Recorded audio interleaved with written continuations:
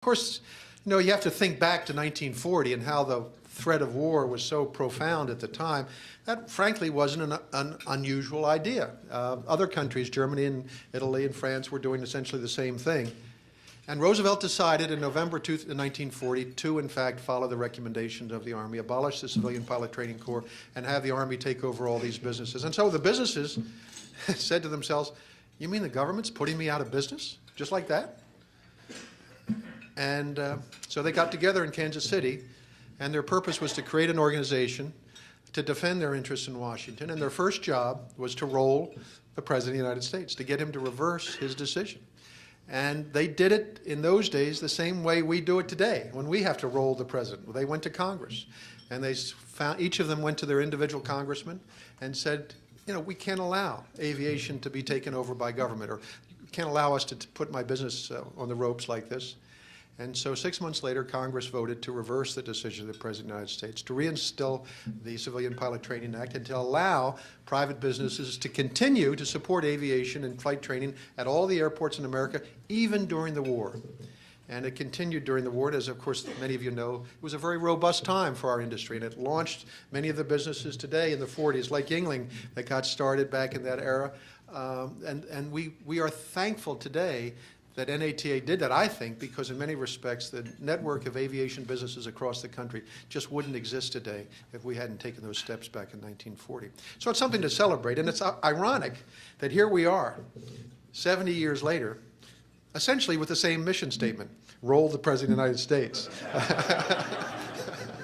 But it's a little bit more complicated than that today. But I do want to make a comment about our President. As some of you know, it was a year ago this month that I wrote a letter to President Obama. And it was one of the few times that I have written a letter in anger. But fortunately, I looked it over the following morning and tempered it down a little bit and tried to make it a little bit more polite. But I reminded the President that what he had said during the State of the Union address last year, where he condemned aviation, business use of private jets by CEOs in America. And I said to him he was totally wrong, and that he, in fact, as President of the United States, was going to find out that the most important tool he has in his repertoire to be President of the United States is his airplane, and that he could not do his job as President of the United States without Air Force One. Now, it's a little bit of a stretch to call Air Force One a business aviation airplane or a private plane, but that's really what it is. He's using that airplane to do his job, just like thousands and thousands of American business leaders need their airplanes to do their jobs. And I predicted back a year ago that he was going to find out that his Air Force One was the greatest thing since sliced bread. And guess what? Yesterday, he arrives in Afghanistan. And what does he say? The first words out of his mouth when he goes to speak to our Army men and women there in Afghanistan says, "Hey, I just got off of Air Force One. This is so cool. This is how I can be over here to meet with you guys in Afghanistan on the drop of a button." And so I'm pleased that he's figured out that what I told him was true. What he quite hasn't figured out yet is that every other president in the United States, every other business leader needs their airplanes just as much as he does. And there are, believe it or not, 1.6 million people in America who have the title president. He's not the only one. Now, he has a year's experience as president. There are a lot of other presidents with more experience in America. And if you go and talk to them, they'll tell you that their airplane is critical to their doing their job, especially if they're running an international or national business. So I submit to you here in Wichita that I want to start seeing Obama's picture on the back of posters, on milk cartons. He's going to be the poster child for general aviation in America. We want everybody else in America to understand that they should be using his airplane as much as, or their airplanes as much as Obama is using theirs.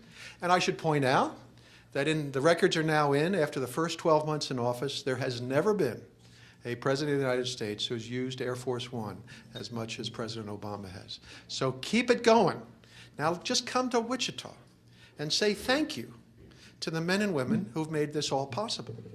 say thank you to the industry that has been created in this city over the last 70 years, that has given to presidents all over the world, national presidents, business presidents, vice presidents, university presidents, all these people and their employees and their staff and their worker bees this ability to be as efficient as President Obama has.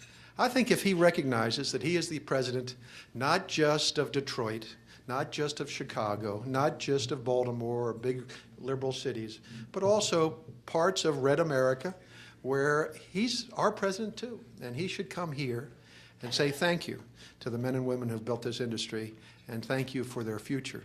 Because if he doesn't, I think he would be sending a very negative message that somehow the federal government is ending what has been a century of support and partnership with aviation businesses in this country. Last year, I spoke often about how 2009 was the 100th anniversary of the federal government's initial support for private aviation. It was in 1909 that the federal government issued the first contract in support of aviation, gave a contract to Orville and Wilbur Wright for what was called then the 1909 Wright Flyer. And it was flown in 1909 in Washington, and several of them were ordered by the federal government. And really, ever since then, the federal government has been a partner in aviation, until just a few years ago when they changed the mission statement of the FAA and took the words promote aviation out of the mission statement of the FAA. And I think it's time, maybe now, for the government to admit that that was a mistake, because aviation is essential to our economy's growth, and development, and recovery, especially in economic development, international economic development.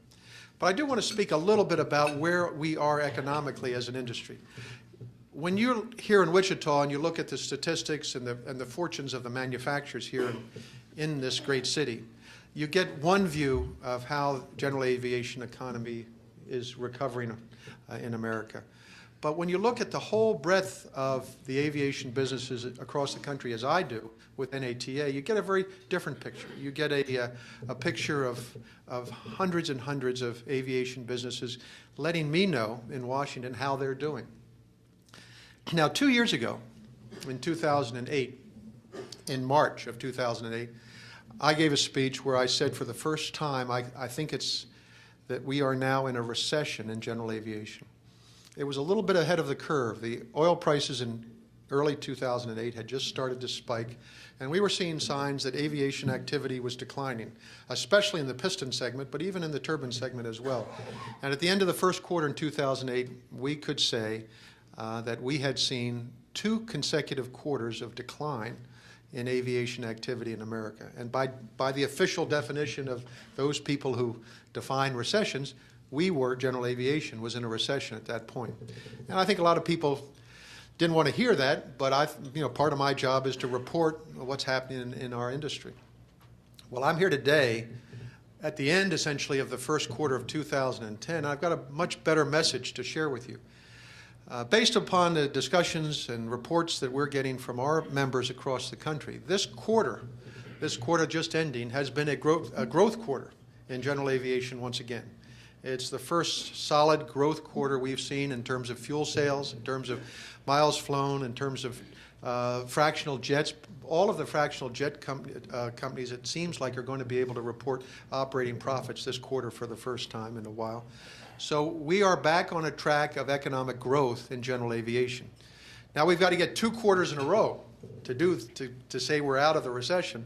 And I'm predicting that this second quarter of 2010 is going to continue to be a period of further growth. So I guess it's safe to say that if there's a news story here, we are now right in the middle of the period where our economy, our industry is coming out of this recession.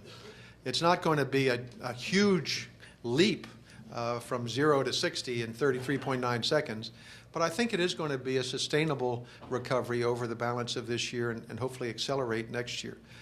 Unfortunately, the manufacturing segment of new aircraft is kind of usually the last segment to really get this benefit of this recovery. So I'm afraid 2010 is going to be like 2009 for most of the people in the OEM side. But for those of us in in the charter business, in fuel sales, in aircraft repair, and other segments of the industry. I'm hopeful that we will see at the end of 2010 really confident growth in the industry and further moving on.